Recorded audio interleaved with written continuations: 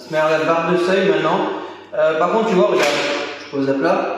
On est dans la continuité, sauf qu'ici, moi, je dois avoir un revêtement qui va être placé ici, donc on va être surélevé. Du coup, on va mettre une barre de seuil avec un dénivelé qui est dessus. Je te montre, j'ai fait la même chose à côté. Je te montre à quoi ça ressemble. En gros, il y a un dénivelé qui est là, ok? Voilà, donc là, nous, à la fin, on va se glisser comme ça.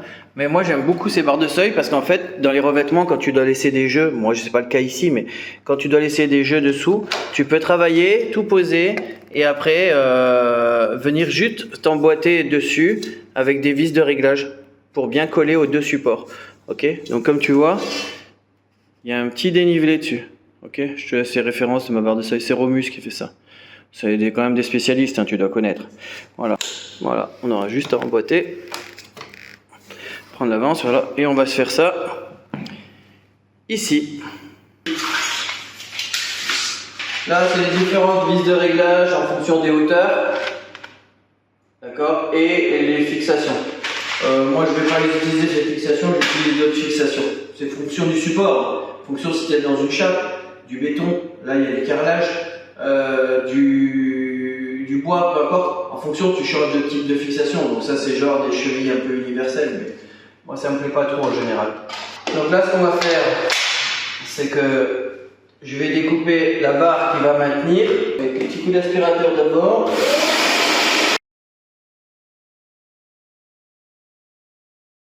J'adore cet aspirateur. Je l'ai déjà dit? Ouais, je l'ai déjà dit. Mais j'adore cet aspirateur.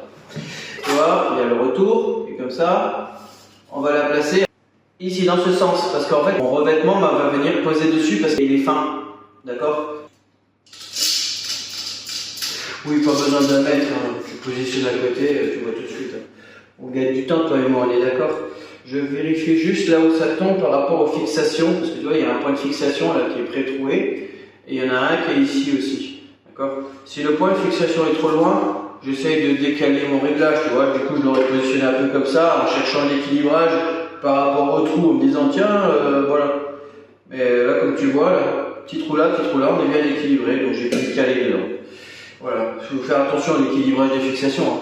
Si on en prend une comme ça et pas une collée, c'est justement pour créer la différence avec une collée. C'est que ça soit bien fixé.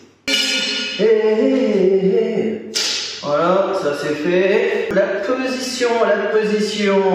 Pour savoir la position dans laquelle je vais la mettre, c'est-à-dire si je vais l'avancer plus par là ou plus par là, je vais d'abord couper la baguette, comme ça je vais la clipper dessus, et c'est elle qui va me déterminer là où c'est positionné. Je suis en train de regarder pareil que pour l'autre, les fixations sont placées ici et ici. Ah, tu le vois dans la caméra qu'il y a un petit décalage. Il faudrait que je sois plus... Je me fie à ce que je te regarde, voilà, plus par là. D'accord? Donc en gros, je vais prendre la mesure du trou d'ici à là, je suis à 70 et là, je suis à 75. Je décale encore un tout petit peu. 70-25 et normalement 70-25, voilà. Comme ça, je suis équilibré. Du coup,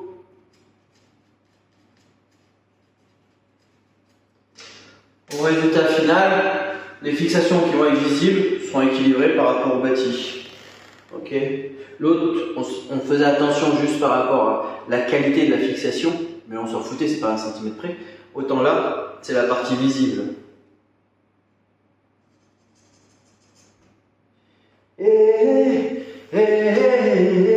Attention, l'heure de vérité. On va clipper dessus, tu vois, comme ça.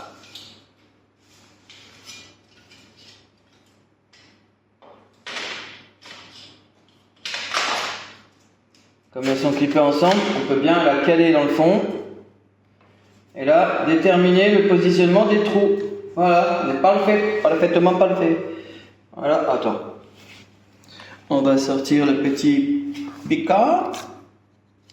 Parce qu'il est plus rond, il rentre mieux dedans. Pikachu. C'est un tout petit peu, attends, tac, un tout petit peu de jeu. Alors.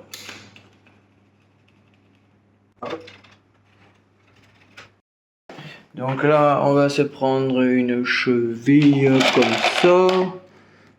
1, 2, 3, 4, 5. Voilà, je préfère ça. Voilà, c'est tout support. Voilà. Et la visserie. La visserie, ah bah, je l'ai déjà prise. C'est celle-ci. Voilà. Tac. Voilà. Ok.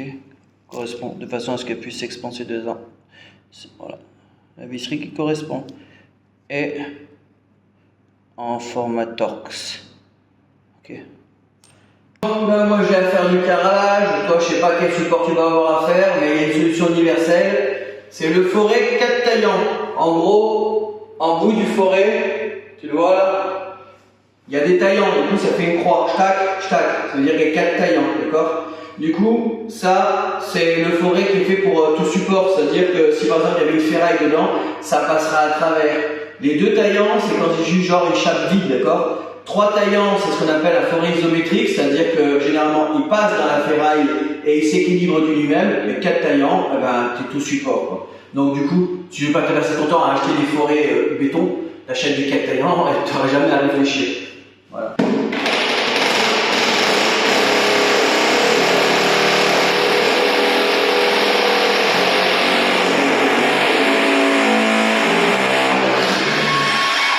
Pourquoi j'y suis allé doucement au début? C'est parce que j'ai pas envie de péter le carrelage et qu'il y ait des petits bouts qui s'en aillent. Parce qu'après, du coup, pour la croche, ça va être casse-pied.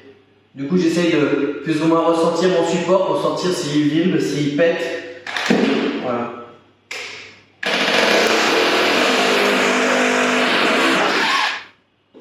Et là, j'ai pas besoin de chercher à choisir les joints dans le carrelage. T'as remarqué qu'on passe à travers tout là.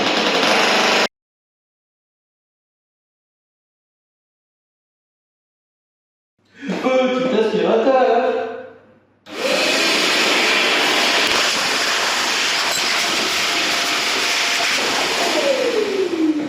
Flex pour la référence, d'accord? Top de l'aspiration flex. Voilà. On se met notre petite cheville, petit coup de maillet.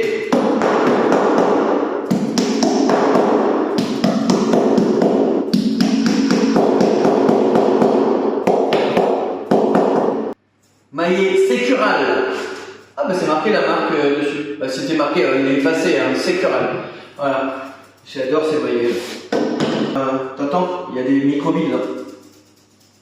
C'est parce que quand tu tapes, il rebondit pas. Parce que c'est genre si tu tapes avec les microbilles sur dedans, ça redonne un élan vers le sol et du coup ça le plaque.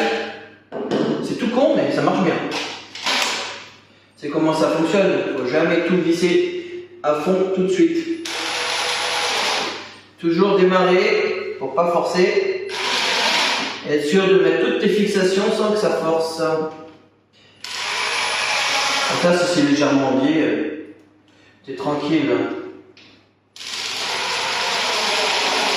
Et maintenant que toutes mes vis sont dedans, c'est bon, je suis parti. Je peux serrer.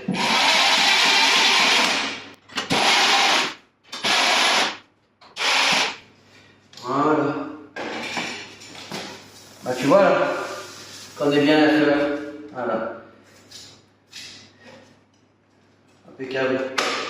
Et après, ça pourra pivoter. Voilà, on a une marge d'erreur. Donc du coup, quand je vais serrer sur mon revêtement, ça va pivoter. Donc ça restera serré d'un côté et ça s'appuiera bien sur mon revêtement de l'autre. Ok? Voilà, regarde.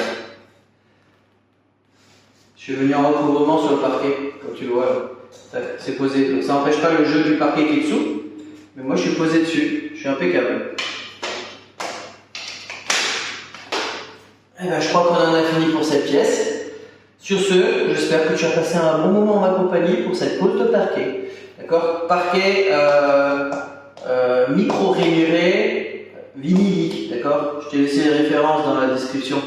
Parce que moi j'ai acheté ça chez Le Doré, je sais qu'ils ont acheté ça aussi chez SMI, ils ont ça un peu partout. Cortex, c'est un produit assez répandu. Allez, sur ce, tchuss!